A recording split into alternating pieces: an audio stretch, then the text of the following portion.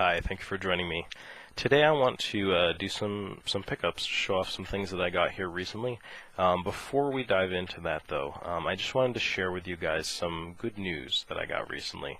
I found out that I passed my N3 of the Japanese language proficiency test. This is something I'd never done before. I've never taken the JLPT. And just considering my vocab knowledge and things like that, I decided to shoot for 3, which I think was the right choice.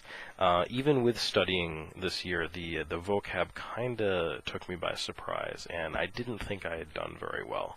So it was a pleasant surprise for me to see that I did well enough on the vocab to pass. I actually got a pretty good grade, I guess, from what I could tell. Yeah, I just wanted to share that with you guys. I was pretty excited.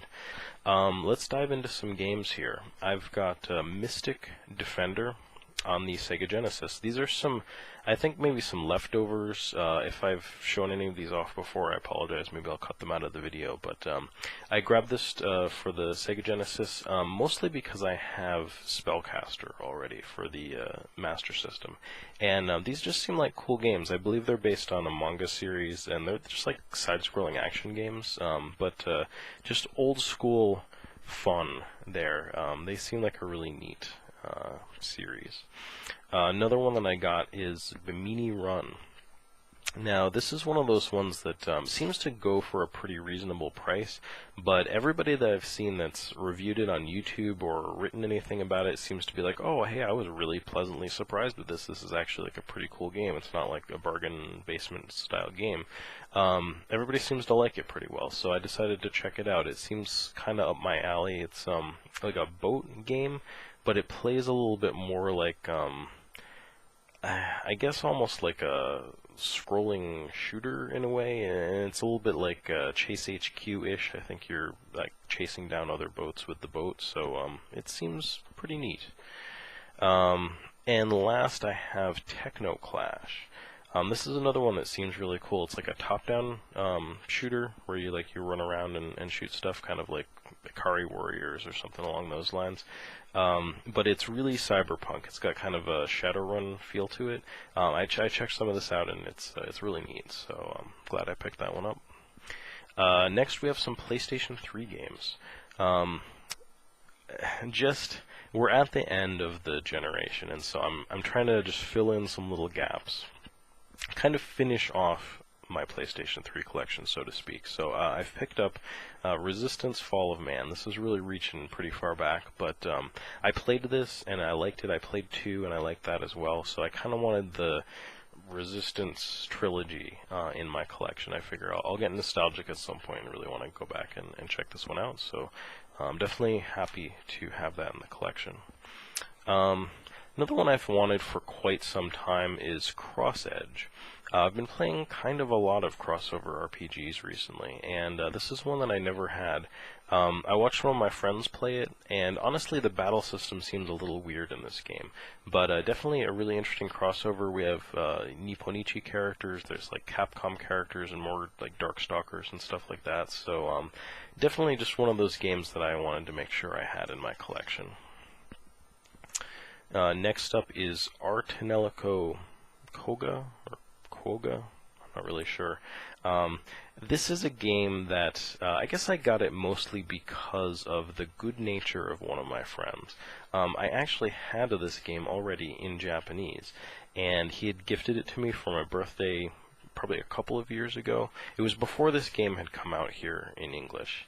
And I've been meaning to really dig into it. I played it a little bit, and it seems kind of interesting. But I've never really been into this series, and I don't know. I mean, I guess maybe if I really love this game, I might go back and get the other ones. But mostly, I just wanted to really check this out. And rather than slogging through it in Japanese, since it is out in English, I figured I would go ahead and pick up the U.S. release of that. Next up, we have some of the Atelier games.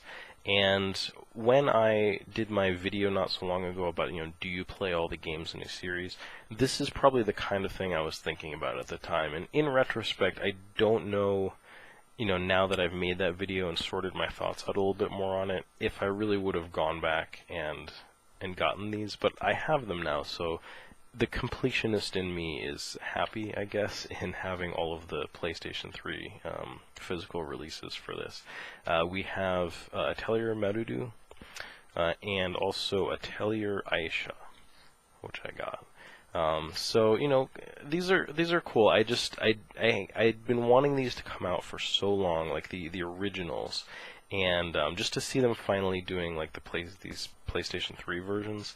I really want to support them in this, and I think I was talking with Dungeon RPG, was saying that forgive me if it was someone else, but that each of these games isn't necessarily that you're playing for new gameplay, but you're playing for another story. You're kind of playing for the characters. So I'm hoping I get into those and just enjoy the characters, as you progress through the different games. But I did pick up one Xbox 360 game, and this is, of course, a shmup.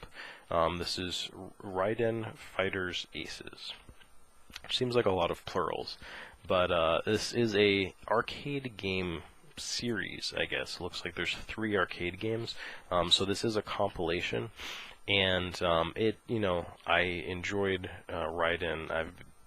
Had been enjoying it on the Jaguar quite a bit, so it kind of just got me into shmups and ignited this whole ridiculous bunch of shmups that I've gotten recently. So definitely just picking away at those on the Xbox 360, and I wanted to have that one. The last couple games here are current releases, and they're things I'm really excited about playing. First off, we have Bravely Default on the Nintendo 3DS, and I talked about this a little bit. This is something that I really, really wanted to get, and in some ways it's kind of why I got a 3DS. But really, it's not so much like I played the 4 Heroes of Light or something like that on the DS, or even that I intend to. I think it was more that I was just hearing such good buzz about this game, and it was just sort of sitting, overseas, and there was no talk about localization. And somewhere in the back of my mind, I was thinking, if they decide to bring this over, I want to get it. I want to have a 3DS, and I want to be able to pick this game up. Not even so much because I'm an old school Final Fantasy fan, but I just when people are saying there's good old school like Square Enix Final Fantasy style RPGs coming out, and we're talking like the character designer artwork from Final Fantasy Tactics, which I really liked. It just seems like the kind of thing I really wanted to support. So somehow it built up this excitement in me to check out this game, and I finally have it in my hands. The irony is that I'm not playing it right now. I haven't even put it in because I got Superheroine Chronicle on the PlayStation Vita, and you guys probably know I really enjoyed the Queen's Blade games on the PSP, Queen's Blade Spiral Chaos and Queen's Gate Spiral Chaos. And this is the exact same battle system. It's as far as I know, the one from the Super Robot Wars games, and I love it. I love the strategy in this. These are strategy RPGs, and somehow they just hit the exact right notes for me. And not only that, but this one is a big like anime series crossover. So this is like my dream game, and I'm really enjoying it so far. I had forgotten a couple characters when I mentioned it last time. We have Super Sonico, which I've really been enjoying the new anime series for. There are also characters from Higurashi in here, Higurashi no Nakukoro ni, which was a very interesting visual novel and anime series. And I'd mentioned before, like Zero no Tsukaima. What else is in here? Digicarrot, of course, and some other series that I'm not familiar with, but I had a lot of fun with this so far. Just played the first few boards, but pretty much all of the gameplay elements from those Queen's Blade games are present in this. The main difference is that the action happens in 3D. I think the character sprites are like 2D in the board, but when they do their battle animations, it's all 3D. And You know, I actually liked the 2D style of it, so that's not necessarily, I don't consider it an improvement, but it's not bad. And the characters are fun. There's two, I believe, new original main characters that start off at the beginning. It's really typical sort of stuff from the other games, but there's just some fun characters. Like you end up in this like alternate dimension where there's just this one town and there's no entrances or exits, but these two like android girls are running a shop there, and one of the girls is just one of these character types that I really like. It's the like blonde-haired, really outgoing, like American style character. And I don't know what it is that I find so amusing about it. Maybe just because I feel like it's sort of a parody of like my own culture through Japanese eyes or something.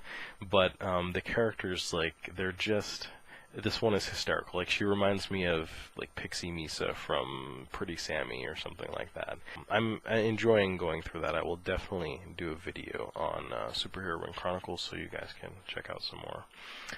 But that is pretty much it for the games that I picked up. I also grabbed some anime, and I'll just show you guys here if you're interested. True to my word, I wanted to sort of put my money where my mouth is. I picked up Genshiken 2. This is, as far as I know, the second 12-episode series that's not part of Genshiken the Second, as the anime, but it's part of the original series. And I've seen the episodes on here before, so I mean this is still sealed, but I have watched those. And I also picked up Kujibiki Unbalance, which is again, I believe this is 12 episodes of the show that they watch in Genshiken. So it's pretty meta. It's kind of like you're watching Geki Gangar from Nadesco, that kind of thing.